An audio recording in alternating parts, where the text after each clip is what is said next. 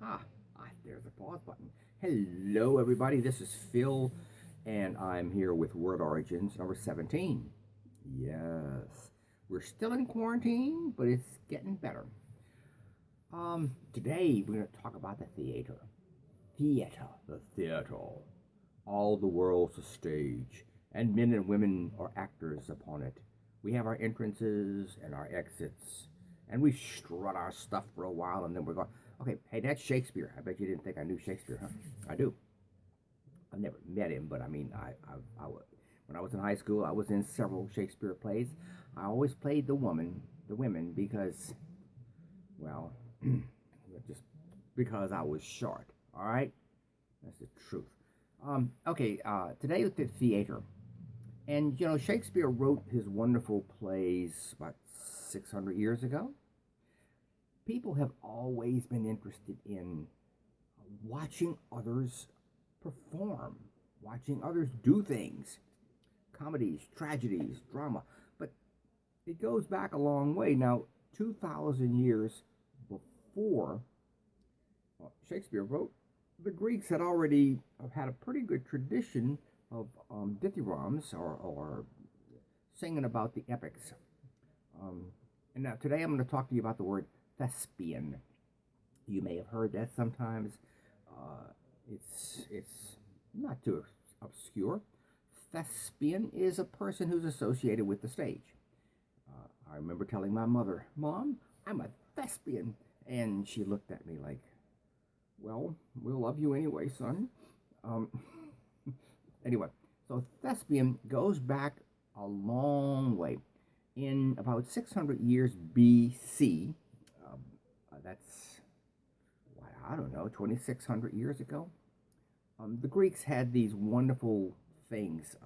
They would have dithyrambs. They would have choruses who would sing, who would tell the stories of the epics, who would do all that good stuff.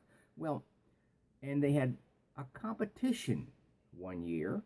I think it was the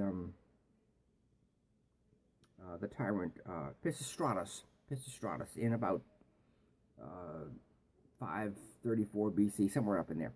He established a competition. You had poetry, you had theater, you had singing and dancing and all that stuff to see who was the best. Well, they had choruses though. Well, out of the chorus, at one point, a man got tired of simply saying, "Well, I'm tired of just singing my dithyrambs back here. I want to be noticed."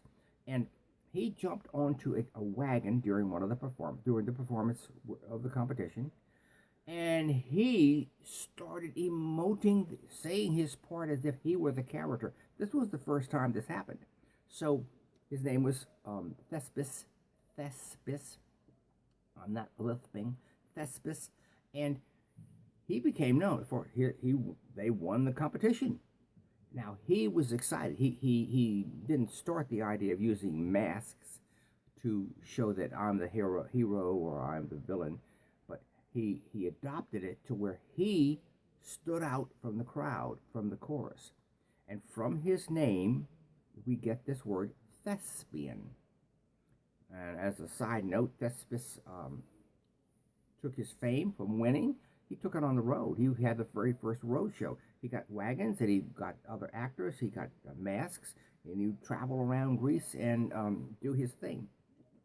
So anyway, that's where the word thespian comes from. Next, I'd like to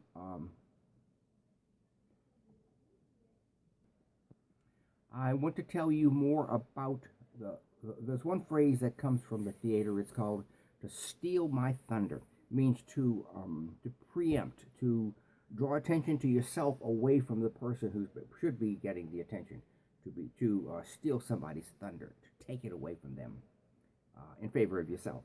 Well, this phrase comes from the theater.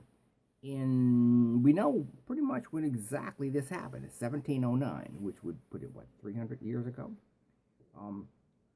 In London, there was a guy named John Dennis, who was a playwright, and he was a part owner of a theater, whatever.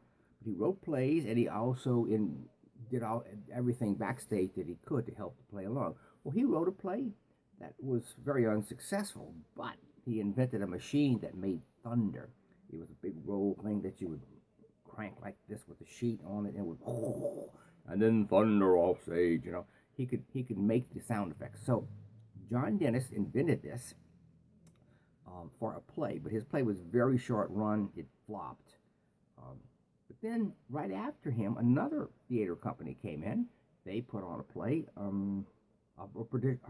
Macbeth, actually, and he went to the opening performance, and he heard them using his machine, and he was quoted as saying, he stood up and said, "That is my thunder, by God. The villains will play my thunder, but they won't play my play." So, and the newspaper of the Times picked it up, and from that phrase, we get somebody to steal my thunder. This is Phil Chenevert signing out. Episode 17.